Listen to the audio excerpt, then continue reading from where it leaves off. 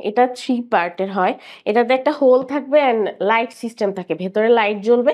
আর এই জায়গায় texture paint করে আপনার চাঁদের একটা শেপ দিবে, যেটা অন্ধকারে একেবারেই রিয়েল চাঁদের মতো মনে হবে। যারা আর্ট অ্যান্ড ক্রাফটের বিজনেস করে তাদের জন্য আমরা মূলত একটা অমূল্য রতন যেটাকে বলে। যারা একবার আমাদের পেজের খোঁজ পেয়েছে তারা আমাদেরকে প্রায় সময় এটাই বলে, এমন একটা পেজই এতদিন আমি খুঁজছিলাম, যে মন মতো একটা পেজ পাচ্ছিলাম না যেখান থেকে আমি যা চাই তাই নিতে পারবো। শুরু করলে আজকেই করা উচিত, কালকে করব এমন কোনো প্ল্যান আসলে এমন চিন্তা ভাবনা করলে আসলে কখনোই হবে না। কাল বলতে আর কিছু হয়তো অনেক সময় অনেকের লাইফে আসেও না।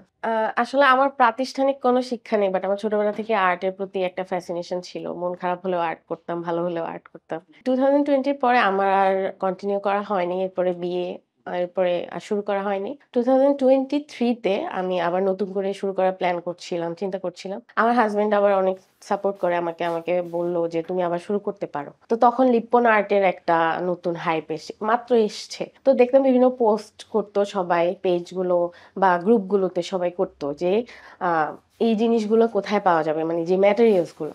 আমিও খুঁজছিলাম, বাট আমি পাচ্ছিলাম না ওভাবে। দেখা যেত একটা পেলে আরেকটা পাচ্ছি না, মানে একেবারে নেই বল। তো আমার মাথায় তখন আসে আমি সবকিছু এক জায়গায় আনবো। আর্টের ম্যাটেরিয়ালস বলতে সবাই তখন বুঝতো কিছু ক্যানভাস, কালার্স, পেন্সিলস, এগুলো। বাট এছাড়া হোম ডেকোরের ম্যাটেরিয়ালস হতে পারে বা যে কোনো ম্যাটেরিয়ালস হতে পারে, এগুলো তখন ছিল না বা চিন্তা ভাবনাই ছিল না। আমি হঠাৎ করে একদিন রাতে কথা বলতে বলতে ওর সাথে ডিসকাস করে আমি বললাম যে আমি এটা নিয়ে বিজনেস করতে চাই। আমার কাছে তখন তেমন টাকাও ছিল না। তো পরদিন গিয়ে ইনস্ট্যান্ট গিয়ে আমরা 740 টাকার একটা পারচেস করি, মানে পরীক্ষামূলক একটা নতুন পেজ খুলে আমরা জাস্ট পোস্ট করবো কেমন রেসপন্স আসে সেটার জন্য। আর মনে হচ্ছিল যে যদি আমি ওয়েট করি যে কিছুদিন পরে হাতে টাকা আসবে, আমার মনে হচ্ছিল আমার ইন্টারেস্ট চলে যাবে বা সামহাও হবে না। তো দ্যাটস ওয়াই আমি ওইটাই করি। 740 টাকার কিছু প্রোডাক্ট এনে আমরা জাস্ট পোস্ট করি অ্যান্ড 2 দিনের মাথায় আমাদের সেল আসে।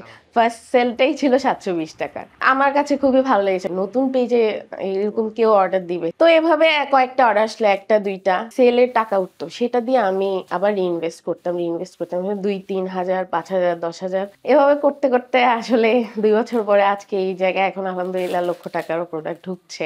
ওইখান থেকে আমার জার্নিটা শুরু আর কি, একটা কথা থেকে র মেটেরিয়ালস এর বিজনেস আর ওই যে 740 টাকার প্রোডাক্ট দিয়ে শুরু। আমি এখন মেইনলি এমডিএফ প্রোডাক্ট নিয়ে কাজ করি। দেশের বাইরে ইন্ডিয়া বা বিভিন্ন দেশের ইউরোপ কান্ট্রিগুলোতে খেয়াল করবেন এমডিএফ এর অনেক প্রোডাক্ট আছে। আমরা এখন বাংলাদেশে এমডিএফ বলতে বুঝি লিপন আর্ট, অল্প কিছু পেইন্ট, এগুলাই। কিন্তু এমডিএফ এর কিন্তু হিউজ ইউজ আছে।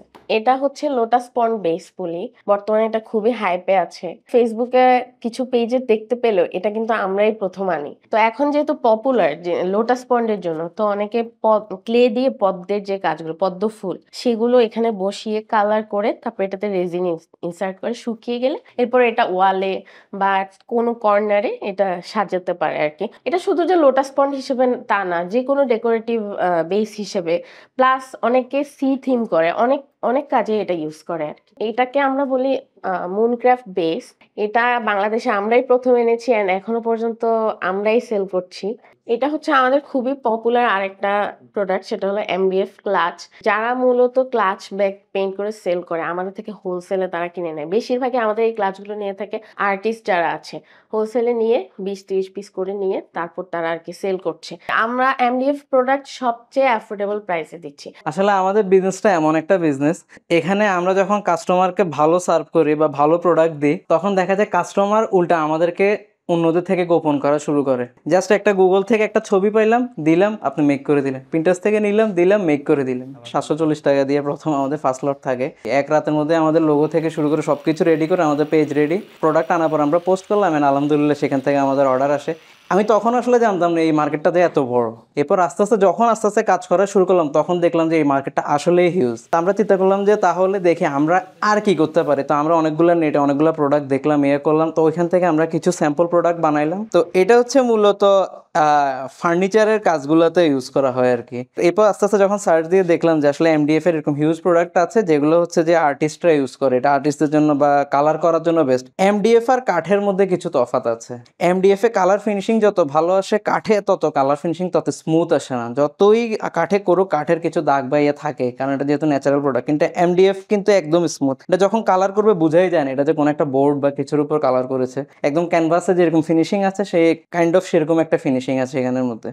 যারা হাউস ওয়াইফ বা ইয়া, আমাদের এই রেঞ্জের কাস্টমারটা বেশি, হাউস ওয়াইফ কাস্টমারটা বেশি, কারণ তারা দেখা যায় ফার্স্টে ঘর সাজানোর জন্য একটা জিনিস নেয়, হয়তো একটা দুইটা জিনিস নিছে, নেওয়ার পরে তার একটা ভালো রিকমেন্ডেশন আসতেছে, আসার পরে সবাই বলছে হ্যাঁ তোমার কাজ তো সুন্দর এসে, তারপরে সে তারপর যায় সে, তারপরে এখন বিজনেস বা এই পার্সপেক্টিভে আগে মাত্র 740 টাকা দিয়ে শুরু আমাদের এই ব্যবসাটা।